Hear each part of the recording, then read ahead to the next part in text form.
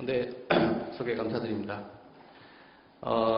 이런 좋은 자리에 와서 발표할 수 있는 기회를 주신 세시 이번진 여러분들께 감사드립니다.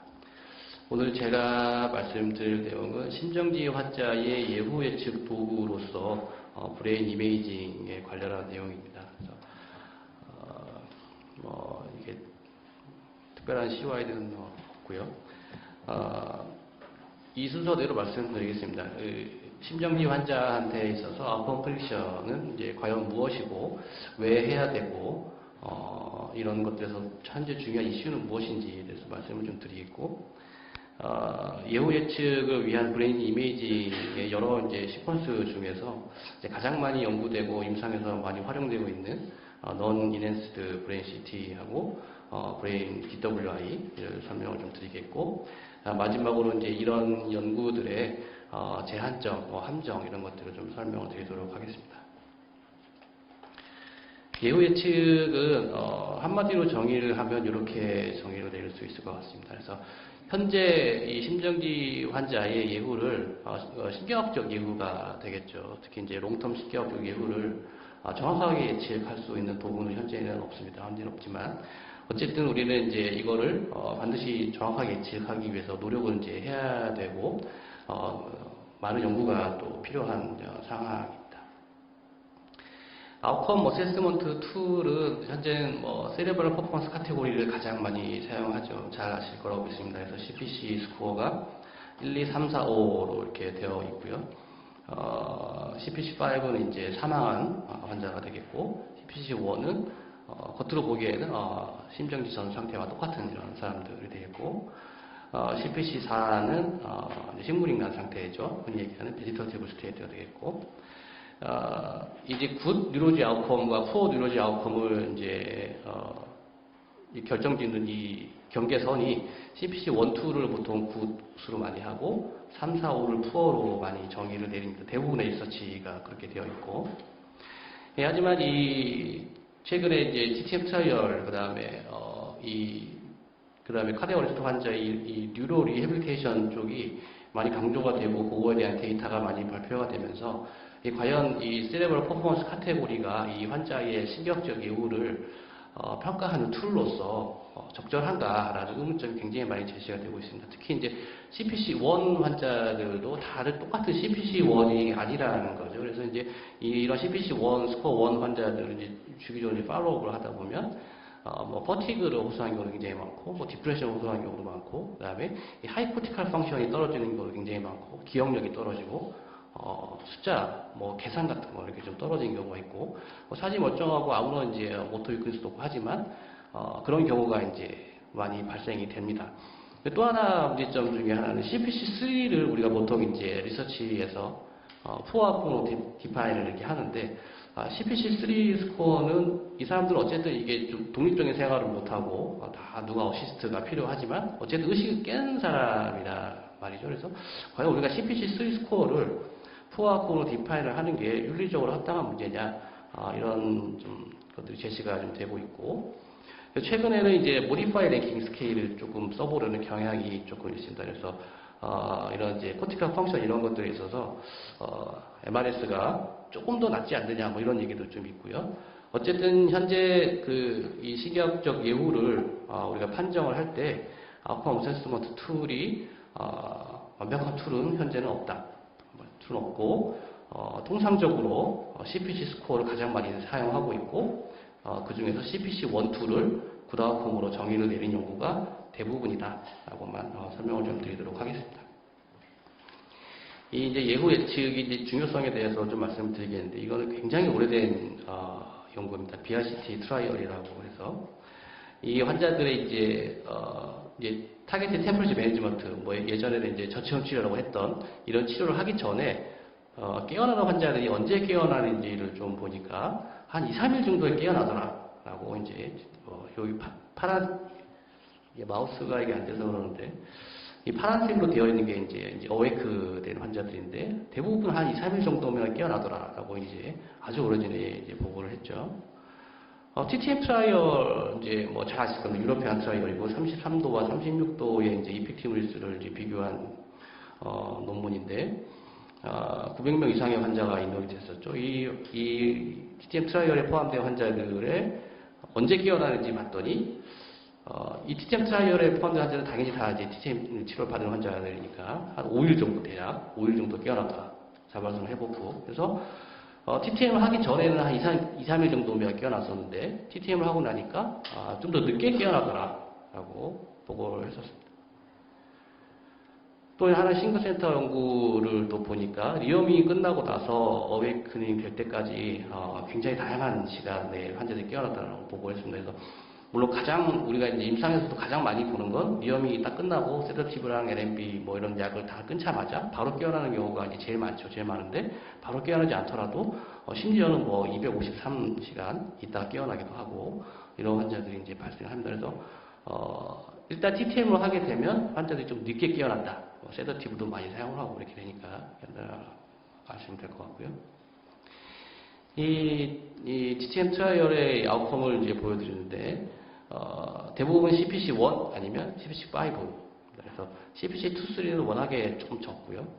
특징적으로 CPC4가 거의 없다는 걸 이제 보시면 알 수가 있죠. 그래서 CPC4가 거의 없고 1 아니면 5, 뭐 아니면 도시계 이런 게 돼 있고 저희 이제 제가 속해 있는 이제 한국 전체혈 치료과 연구회에서 한 1,300명 정도의 데이터를 모아서 이제 프로 레지스트리 1.0을 했습니다. 그래서 이게 얼마 전에 데이터 정리가 끝났는데 이 순수한 우리나라 데이터라고 보시면 될 것 같습니다. 그래서 우리나라는 파란색이 디스차지 할 때 CPC 스코어고 빨간색이 6개월째 CPC 스코어인데 디스차지 할 때 보면 CPC4가 굉장히 많죠. 그죠? CPC1하고 거의 비슷한 정도 수준으로 CPC4 환자가 이렇게 많습니다. 왜 우리나라는 이렇게 CPC4가 많고 유럽이나 이런 데는 CPC4가 없을까? 왜 치료가 좀 달라서 그런 건 아니고 이것 때문입니다. 그래서 미국에서도 심정지 이후에 병원 내 사망의 가장 흔한 원인은 위드드로럴 오브 케어라고 되어 있습니다. 뉴로라고 되어 있는 것은 신경적 이유 때문에 위드드로를 하는 거죠. 그래서 이 실제 위드드로는 이제 어떻게 하냐면 몰핀 같은 거를 이렇게 조금 고용량으로 이렇게 좀 주고 밴드헤드를 띄고 유튜브로 그냥 뽑아버리죠. 그래서 이 환자는 베지터브로 갈 것 같습니다. 아니면 예후가 안 좋을 것 같습니다.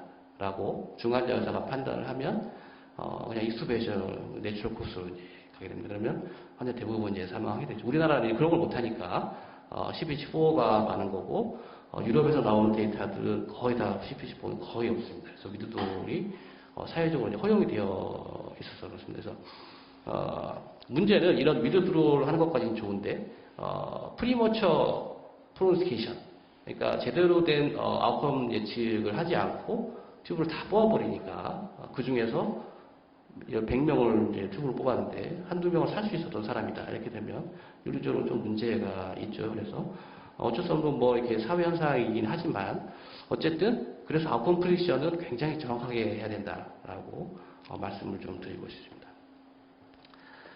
그래서 이게 예후 예측은 어쨌든 굉장히 중요하다라는 걸 말씀을 좀 드리고 싶고 피카스 이 치료와 예후 예측이 크게 두 축인데 한 축을 담당하고 있다라고 말씀드리고 싶고 아웃컴 어세스먼트 하는 툴이 지금은 이제 세브럴 퍼포먼스 카테고리를 많이 사용을 하지만 이것도 좀 리비전이 좀 필요하다. 새로운 툴이 필요할 수도 있다. 펑셔널 아웃컴, 그다음에 코티컬 펑션을 발휘할 수 있는 대변할 수 있는 그런 툴이 좀 필요한 상황입니다. 그리고 TTM을 하게 되면 환자가 세더티브나 이런 것들에 의해서 좀 늦게 깨니까 안 깬다고 위드로 하거나 이런 현상은 있으면 안 되겠다라고 말씀을 좀 드리고 싶습니다. 그래서 예후 예측에 여러 가지 이제 검사들이 있는데 TTM 트라이얼을 보시면 CT를 대략 한 38% 정도에서 찍었고 MRI는 거의 안 찍죠. 4% 정도 찍었고 EEG 41%, EP 21%, NSA 73% 이 정도 검사를 합니다. 우리나라는 좀 많이 다른데요. 우리나라는 CT가 90.6% 거의 다 찍죠. 거의 대부분 다 찍습니다. 그래서 다 찍는데 대부분 다 RSC 직후에 다 찍습니다. 많이 찍게 되고 MRI도 저희 나라가 훨씬 검사를 많이 하죠. 그래서 한 절반 정도, 48.1%니까 이 정도면 이제 조기에 사망한 환자 그리고 조기 일찍 깬 환자, 이런 환자들을 제외하고는 대부분 다 MRI를 좀 많이 찍는 것 같습니다. EEG는 한 반 정도 이렇게 하고요.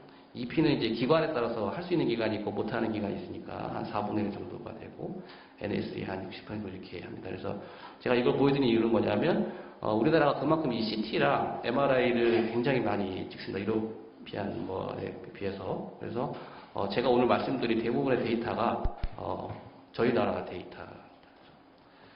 일단 이메이징 스터디를 가지고 아웃컴 프리디션을 하려면 이게 가장 큰 숙제입니다. 시각 자료를 수치화를 해야 되는데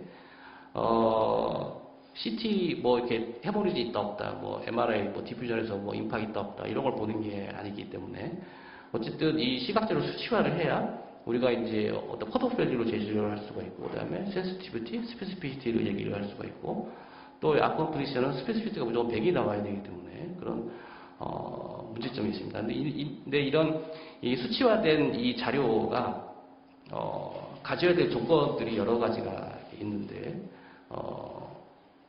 반복 측정에도 똑같이 나와야 되겠죠, 당연히. 그리고 뭐 제너럴라이지빌리티가 또 있어야 되겠고, 그 다음에 스탠다디제이션이 좀 되어 있어야 되겠고, 이 시각제로 수치화한 이 자료를 재는 데 있어서 메저먼트 바이어스가 아주 미니멀하게 되어 있어야 된다. 이런 필수 조건 같은 게 있습니다. 근데 현재는 이런 필수 조건을 만족하는 수치화된 자료는 없다. 이렇게 말씀을 좀 드리고 싶고, 그 다음에 이제 이런 이메이징 자료를 분석하는 방법은 크게 이제 퀀티티티브 아날라이시스하고 퀄리티티브 아날라이시스로 나눌 수가 있겠습니다. 퀀티티티브 아날라이시스는 그냥 우리가 이제 하우스 필드 유닛 딱 CT에서 재면 뭐 15, 16 이렇게 나오죠. 이제 그렇게 하는 거고, 퀄리티티브 아날라이시스는 딱 보고 이데만 있음, 없음, 뭐 이데만 심함, 전혀 없음 이런 식으로 보고 점수를 매기는 이런 방법입니다. 그래서 두 가지 방법이 다 이제 아웃컴 예측한 연구에 사용이 되고 있고, 당연히 상식적으로 퀄리티티브 아날리시스는 이제 보는 사람에 따라서 조금 이게 메저먼트 바이어스가 이렇게 좀 심할 수가 있겠죠. 그래서 퀄리티티브 아날리시스가 좀 더 좋아 보이기는 합니다. 이 가장 많이 사용되는 이 수치화되는 자료는 브레인 CT에서는 이제 GWR, 그레이메터 화이트메터 데인시티 레이시오가 있고, 그 다음에 DWI에서는 ADC 밸류, 이 두 가지가 연구에서 가장 많이 사용됩니다. 뭐, 말씀드렸듯이 이제 CT에서 이제 하우스필드 유닛을 우리가 이제 잴 수가 있죠. 그래서 이제 이게 그냥 물인지 해몰인지인지 뭐 감별할 때도 쓰고, 여기서 이제 화이트매터와 브레인에서 그레이매터를 잴 수가 있습니다. 그래서 재는 부위는 이제 보통 이제 세 군데서 재는데, A가 이제 베이자 강글리아 레벨이 되겠습니다. 그래서 베이자 강글리아 레벨에서 재고, 그 다음에 이제 좀 올라가서 이제 센트룸 세미 오발레 레벨에서 재고, 하이 컴팩트 레벨에서 이제 재게 됩니다. 그래서 베이자 강글리아 레벨에서는 보통 이제 네 군데를 이렇게 재고요. 이제 센트룸 세미 오발레 레벨에서는 그레미터 하나, 뭐 화이트매터 하나 이렇게 재고, 그 위에 이제 하이 컴팩트 레벨에서 그레미터 하나, 화이트매터 하나 이렇게 재고, 이제 리포트는 보통 요 이제 GW 레이시오의 에버리지 값, 평균값들을 이제 많이 비교를 하고, 또는 아니면 베이자 강글리아 레벨에서만 딱 재고 그것만 이제 제시를 하기도 합니다. 근데 이제 커퍼스 칼로줌하고 카우데이트 니클레우스, 그다음에 렌트폼에서 이제 퓨타멘주로 이제 재고, 인터널 캡슐 그 네 군데서 베이자 강글리아 레벨에서 그레이트 화이트매터 레이시오를 잽니다. 가장 이 오리지널 연구는 아주 오래된 연구입니다. 그래서 스트록지에 이전에 발표된 토비 등이 한 연구인데, 25명의 환자를 대상으로 이제 이 당시는 이제 하이포서미아 이제 시대 전이죠. 시대 전에 했었으니까 이렇게 해서 48시간 이전에 찍은 CT 25케이스를 이제 분석을 했습니다. 그래서 여기 이제 컨트롤 그룹이고요. 이게 뭐 이게 헬시 퍼슨이죠. 헬시 퍼슨의 베이자 강글리아 레벨, 뭐 센트룸 세미 오발레 레벨, 하이 컴팩스 레벨 이렇게 다 봤더니 어디서 재도 다 이제 이 코마 환자들의 GWR이 떨어져 있다라고 이제 보고를 했었고, 이 사람들이 컷오프를 재보니까 1.18 정도다라고 보고를 했었습니다. 그래서 베이자 강글리아 레벨에서 잰 이 1.18의 GW 레이시오를 가지고 데스를 이제 100% 예측할 수가 있었다. 센서티비티는 대략 한 절반 정도 46분 이상 되더라라고 이제 보고를 했었습니다. 이게 최초의 리포트였고요. 이 뒤로 이제 연구가 좀 많이 됐었습니다. 그래서 이렇게 이제 하이포세미아를 한 사람 안 한 사람 이렇게 좀 섞여 있는 뭐 이런 연구에서는 컷오프 밸류가 1.2, 1.2 이렇게 1.18하고 비슷하죠. 비슷한 정도 수준의 컷오프를 제시를 했었는데 1시간 안에 그리고 모든 환자가 다 TH를 받은 사람들을 찍어서 봤더니 이건 이제 저희 병원 데이터인데 컷오프 밸류 1.14 우리가 생각하는 것보다 훨씬 낫더라라고 제시를 했고 전남대에서도 이제 한 220명 정도를 봤더니 이거는 이제 24시간 안에 찍고 전부 TTM을 한 사람을 봤더니 우리는 1.1인데 이렇게 이제 보고를 했었습니다. 그래서 이 토비 등이 얘기했던 1.18이라는 이 컷오프 밸류는 과연 그걸 이제 믿을 수 있겠느냐? 다른 연구에서는 좀 계속 다르게 나오니까요. 이런 것들을 좀 제시를 이렇게 했었습니다. 이 멀티센터 데이터를 조금 보여드리면 이게 이제 저희 이제 저체온 연구 이제 학회에서 레트로 레지스트리를 가지고 280명의 카디악 코즈 오버레스트 환자들만 대상으로 했었습니다. 그래서 24시간 안에 찍은 브레인CT를 이렇게 봤더니 베이지안 강글리아 레벨에서 스페시피시티 100을 만족하는 컷오프 밸류는 1.1 정도고 세레브럼 레벨에서는 1.15, 에버리지는 1.13 정도 이렇게. 그래서 이 토비 등이 얘기했던 그런 1.18의 컷오프 밸류보다 훨씬 낮은 컷오프 밸류를 우리가 TTM을 사용하는 환자한테서는 이제 적용을 해야 되겠다라는 게 좀 제시했었고, 이 센시티비티 3.5%, 4.2% 굉장히 실망스럽죠. 그래서 스페시피티 100을 유지하기 위해서 센시티비티가 한 자릿수밖에 안 나오니까 이건 AUC도 0.6, 0.5, 0.59 정도로 좀 낮은 수준이다라고 저희가 보고 있습니다. 그래서 조기에 찍은 CT는 물론 이제 환자가 이제 위트니스 어레스트가 아니고 그다음에 이제 어레스트 나는 당시에 뭐 트라우마 같은 것도 입을 수 있고 뭐 헤모리지를 감별하기 위해서 반드시 촬영을 해야 되겠지만 과연 이 조기에 찍은 CT가 환자 예우 예측에 사용될 수 있겠느냐 하는 좀 그런 의문을 좀 가지게 됐었죠. 이제 CT를 이제 찍다 보면 이제 옵틱너브시스도 이제 우리가 이제 다이아미터로 잴 수가 있죠. 그래서 물론 초음파로도 잴 수도 있고 CT에 잴 수도 있고 ICP랑 인트라크니얼 프레셔랑 굉장히 코릴레이션이 잘 된다고 이렇게 알려져 있죠. 옵틱너브시스 다이아미터로. 그래서 몇몇 연구에서 이런 옵틱너브시스 다이아미터가 환자의 그 예후와 연관성이 있다라고 보고를 해서 저희 이제 폰에서도 이제 똑같은 이제 증명을 좀 하려고 했었습니다. 그래서 2시간 안에 여기서는 2시간 안에 찍은 이제 CT만 포함했더니 329명이 나왔고 ONSD랑 그다음에 요 아이볼에 대한 비율 다 어떤 것도 환자의 예후와 연관성이 없더라라고 이제 보고를 했습니다. 이렇게 결과가 나오게 된 이유는 이제 이 연구를 보면 알 수 있는데요. 이거는 이제 충남대 연구인데 이제 CSF 스파인 쪽에 이제 카테터를 넣어서 인트라크레니얼 프레셔를 모니터링을 이제 했습니다. 모니터링을 해서 초음파로 이제 옵틱너브시스를 이제 이니셜하고 24시간, 48시간, 72시간 이렇게 쟀고 ICP도 그때 당시에 이제 같이 이렇게 쟀고요. ICP를 이제 보시면 처음에 이니셜에는 환자가 굿아웃컴이건 푸어아웃컴이건 거의 비슷하죠. 근데 이제 푸어아웃컴에서 24시간째 ICP가 이제 올라가기 시작합니다. 그래서 조기에는 이 피카스 환자들이 카디악 어레스트 환자들 이스케믹 리퍼퓨전제를 받아도 ICP는 잘 안 올라간다라는 거죠. 그래서 ICP 잘 안 올라가는데 당연히 옵틱너브시스 이제 재봤자 소용이 없다. 그래서 만약에 옵틱너브시스를 잴 거면 좀 늦게 재라 이렇게 충남대에서 리포트를 했었습니다.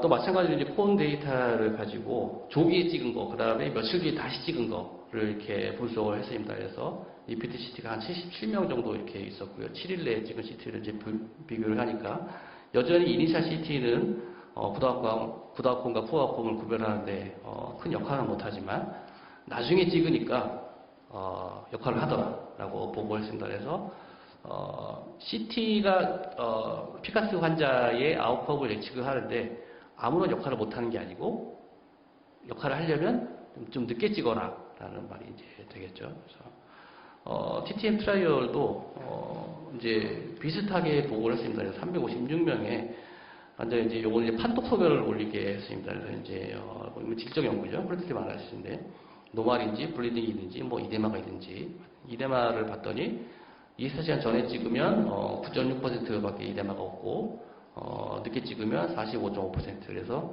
24시간에서 7일 사이에 찍으면 이데마가 좀 많이 더 발견된다라고 이렇게 보고를 했었죠. 그래서 CT 아웃컴 예측을 위한 CT는 조금 늦게 찍어야 된다. 근데 이게 현실적으로 조금 맞지가 않죠. 그래서 현실적으로는 로스쿨 직후에 다 이제 TTM 하기 전에 익스클루전 하기 위해 찍으니까 직후에 찍은 이 CT의 프레딕티브 밸류는 떨어진다. 그리고 만약에 CT로 할 거면 조금 늦게 찍어라. 늦게 찍으면 보통은 DWI 찍겠죠. 그죠? 어차피 가야 되니까. 뭐 하여튼 그런 CT는 좀 그런 단점이 있습니다. 디퓨전 이제 MR은 이제 영상학 교수님께서 다 이제 설명해 주셔서 넘어가도록 하겠습니다. 그래서 이제 이스케믹 인팍션하고 이제 야녹식 인저리를 디퓨전이 발현되는 이 방식이 굉장히 차이가 많이 납니다. 그래서 영상학과 교수님도 말씀하셨듯이 우리 이스케믹 스트로크 환자는 DWI를 이제 빨리 찍어도 보이는데 이런 글로벌 하이폭시아 아니면 뭐 이스케믹 리퍼퓨전 인저리에 의한 ADC 디프레션은 굉장히 늦게 나타납니다. 그래서 이게 한 2회고 어드미션 당시에 찍으면 거의 없죠. 근데 뭐 32시간 후에 찍으면 이렇게 여기 이제 이렇게 베이자 강글리아 쪽에 조금 이렇게 보이고 96시간 뒤에 찍으면 이렇게 코티칼 데미지를 우리가 확인할 수가 있죠. 그래서 ADC 디프레션 또는 이게 뭐 ADC 머처레이션이라고 보통 얘기하는데 이거 딜레이 된다. 그래서 조기에 찍으면 MR도 역시 이스케믹 리퍼퓨전 인저리는 잘 안 나온다. 이제 이 DW 아나리시스도 마찬가지로 이제 이 이미지 자료를 수식화를 해야 되는데 이제 CT와 마찬가지로 이제 퀄리터티브 아나리시스 이제 비주얼 스케일로 해서 이제 보고 뭐 이렇게 콜텍스에 뭐 먹었다 안 먹었다 뭐 이런 거 2포인트 스케일 또는 뭐 5포인트 스케일 이렇게 많이 하고 이제 세미 쿼티티브 아나리시스는 뭐냐면 매뉴얼로 이제 리전 오브 인터레스트 동그라미 그려가지고 직접 ADC 밸류를 이렇게 재는 거죠. 그래서 이제 잴 수가 있는데 그렇게 하는 방법이 하나가 있고 완전한 이 쿼티티브 아나리시스는 이제 복셀 베이스 아나리시스입니다. 그래서 DWI가 이제 복셀이 여러 가지 복셀이 이제 다 합쳐서 이렇게 되어 있으니까 이 개개 복셀의 ADC 밸류를 다 재는 거죠. 예, 이게 이제 쿼티티브 아나리시스고 이 개개 복셀의 이 ADC 밸류를 다 재려면 스페시픽한 소프트웨어가 있어야 됩니다. 소프트웨어가 있어야 되고 이 기존에 나왔던 복셀 베이스 아나리시스는 그 대학에서만 쓸 수 있는 소프트웨어를 사용해서 구성을 한 연구가 좀 있고 최근에는 이제 이 옥스퍼드 대학에서 이제 이런 FSL 프로그램이라는 걸 만들어서 이거 프리 소프트웨어입니다. 누구나 다 쓸 수 있는 소프트웨어로 복셀 베이스 아나리시스 할 수 있도록 해서 요 FSL을 이용한 연구도 좀 나오고 있습니다. 퀄리터티브 아나리시스는 이제 이런 겁니다. 그래서 이제 뭐 플레어랑 DWI를 많이 같이 찍었으면 스코링을 이제 노말 0점, 파서블 오브 노말 1점, 마일드 오브 노말 2점, 모더레이트 오브 노말 3점, 시비어 오브 노말 4점 이런 식으로 눈으로 봐서 이제 프론탈 콜텍스는 몇 점, 파레토 콜텍스는 몇 점, 뭐 템포럴 콜텍스는 몇 점 이런 식으로 이제 점수를 매겨서 이 점수의 합을 가지고 환자의 그 아웃컴과 코릴레이션 시켜주는 이런 방법이 되겠고요. 세미 콘텐티브 아나리시스는 이렇게 이제 대략 한 12군데 아니면 15군데 정도 이렇게 직접 ROI를 그려서 재는 겁니다. 그래서 프리센트럴 콜텍스에 ROI를 그려서 여기는 ADC가 뭐 이런 식으로 이렇게 재는 겁니다. 이게 이제 FSL 프로그램을 돌리면 이제 이런 식으로 이제 칼라 매핑을 이제 할 수가 있습니다. ADC 밸류 이제 파란색은 이제 ADC 밸류가 높은 거, 그러니까 이렇게 정상 조직인 거고, 빨간색으로 갈수록 ADC 밸류 떨어지니까 이건 이제 임팍된 정상 환자이고, 이거 이제 콜티칼 데미지가 심한 환자들. 그래서 이런 옥스퍼드 FS를 이용하면 개개의 복셀의 ADC 밸류를 다실 수 있다. 이렇게. 이런 DWI를 이용해서 이제 최초에 나왔던 연구는 이제 2009년도에 이제 에더스 오브 뉴로로지에 실렸던 연구입니다. 그래서 이 퍼센트 브레인 볼륨 ADC라고 이제 해놨는데, 보통 이제 우리가 이제 ADC 밸류가 한 700이나 뭐 밑으로 떨어지면 우리가 이제 이스케믹 임팍으로 보통 얘기를 하죠. 근데, 전체 브레인의 볼륨을 재고, 그 다음에 ADC 밸류가 650 이하인 복세를 다 재서 그게 몇 퍼센트냐. 그러니까 이제 이스케믹 리퍼핏 인저리를 많이 받으면 많이 받을수록 650 이하로 떨어진 복세의 개수가 많을 테니까 그러면 이 환자는 예후가 안 좋지 않을까라는 아주 그냥 단순한 생각이 들어서 이 퍼센트를 재봤더니 실제로 산 사람하고 죽은 사람하고 차이가 많이 나더라라고 이제 보고를 했었습니다. 그래서 이게 이제 퍼센트 ADC 밸류의 개념이고요. 그리고 시기별로도 봤더니 대략 한 이틀 뒤에는 찍어야 이게 좀 디스크리미네이션이 좀 잘 되더라라고 또 이제 보고를 했었고, 그거에 대한 센시티비티가 무려 80% 정도 되더라. 이 CT는 이게 스페시피티 100을 만족하려면 10% 내외 정도밖에 센시티비티가 안 나오는데, MRI는 87% 정도 나옵니다. 그래서 지금까지 이 아콘 프린트들 중에서 스페시피티 100을 만족하면서 센시티비티 가장 높은 검사는 MRI가 되겠습니다. 우등이 이제 80명의 환자를 또 대상으로 이렇게 했습니다. 그래서 이 사람은 전체 홀 브레인의 ADC 밸류 평균값을 구했습니다. 그래서 봤더니 역시 디스크리미네이션이 잘 되더라라고 보고를 했습니다. 근데 이 우등의 연구하고 이 위즈만 등의 연구는 말씀드렸듯이 그 대학에서만 쓸 수 있는 소프트웨어를 사용했기 때문에 다른 연구자들은 사용 못하는 단점이 이렇게 있죠. 그다음에 이제 이거는 이제 콘 레트로스펙티브 데이터를 이용해서 우리 유승목 교수가 이제 한 연구인데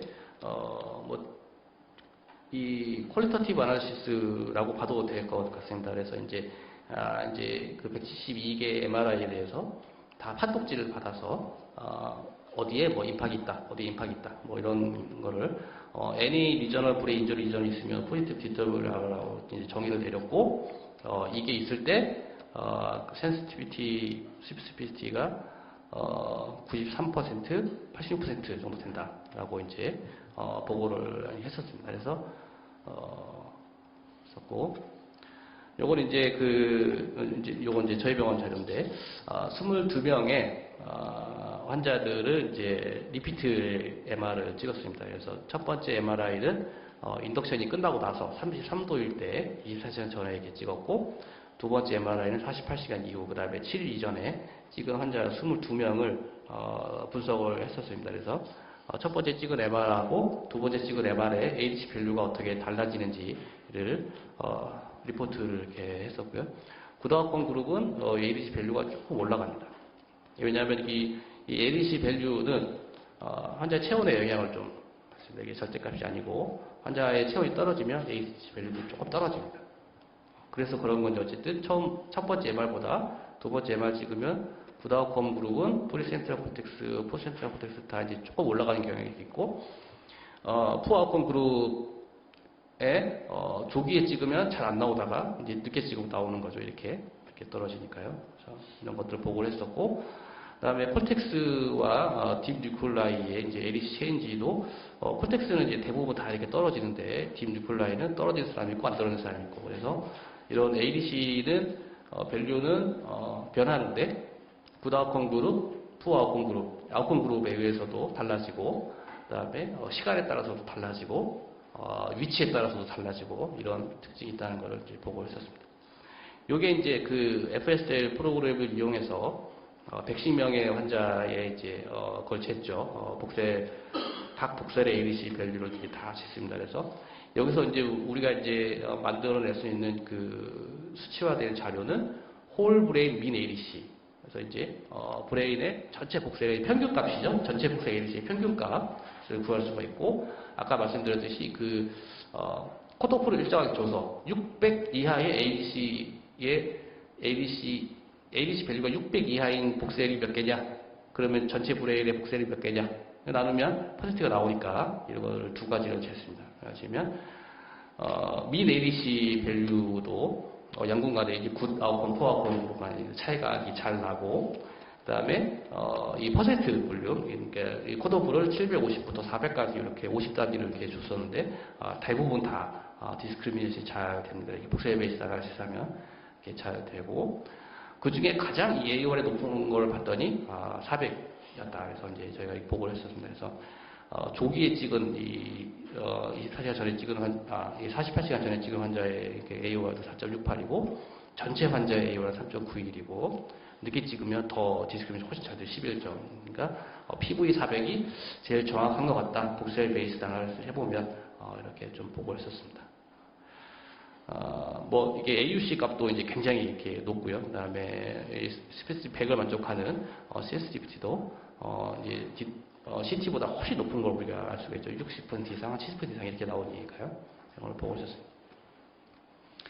그래서 이제 이 GWR은 별로 안 좋고 이제 LEC 밸류가 그나마 낮다라는 걸 이제 좀 알게 됐고, 이거를 이제 실제 이제 우리가 이제 브레인3 죽으면 나오는 이제 바이오마커인 이 뉴런 스페시픽 애놀라제랑 비교를 해보면 NSE랑 민 ADC 이런 것들은 콜리레이션이 잘 되는데 GWR은 잘 안 되는 걸 우리가 좀 확인을 할 수가 있습니다. 역시 뭐 좀 예상되는 결과죠.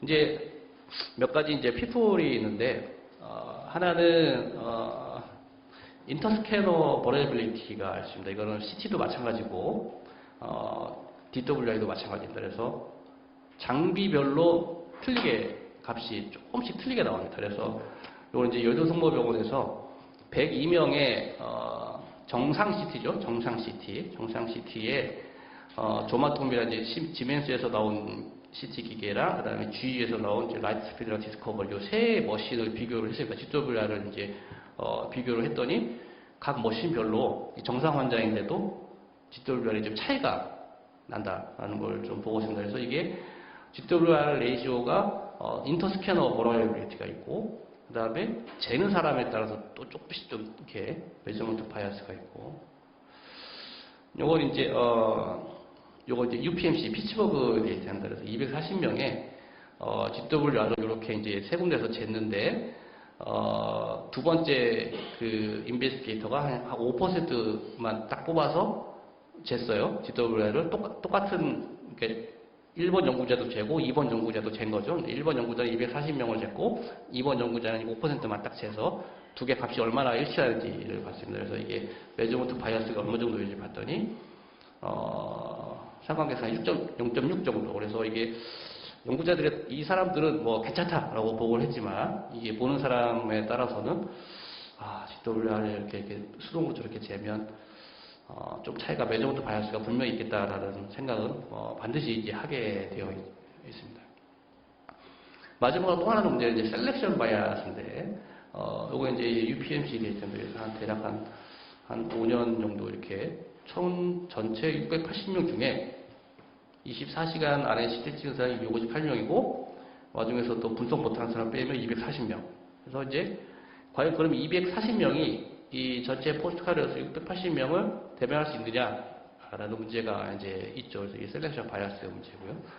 이 MRI는 더 심합니다. MRI는 이제 보통 이제 48시간 이후에 찍는데 그 전에 이제 사망해버리면 못 찍죠. 그리고 또 깨버리면 또 안 찍는 경우도 있고, 그 다음에 뭐 바이탈 스테이블 하지 않고 언스테이블하면 또 못 찍고, 셀렉션 바이어스 문제가 좀 극복하기 힘든 문제. 콤프로 1.0에서 나온 이제 731명의 데이터에서도 뭐 CT를 안 찍은 경우도 이렇게 있고, 512명인데 그러니까 이게 731명 중 512명 여전히 멀티드 데이터들도 보면 셀렉션 바이어스가 존재한다. 해서 이런 셀렉션 바이어스를 이제 극복한 연구는 현재까지는 거의 없습니다. 거의 CT나 MR 다 마찬가지입니다. 그래서 이런 인터스케일러 버라이어빌리티가 이제 CT도 있고, DWI도 이렇게 마찬가지고요.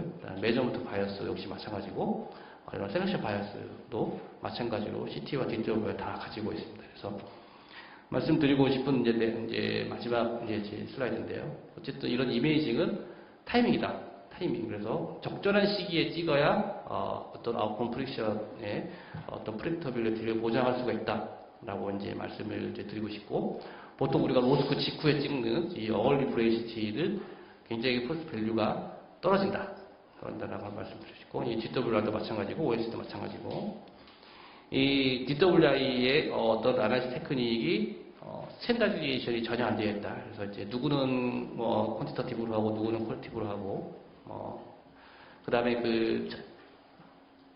처음에 말씀드린 그 이미징 자료를 수치화하는 데 있어서 그 수치화된 자료가 스탠다디제이션, 뭐 글로벌라이제이션 뭐 이런 것들이 안 되어 있는 게 이제까지 좀 문제점이라고 할 수가 있겠습니다. 감사합니다.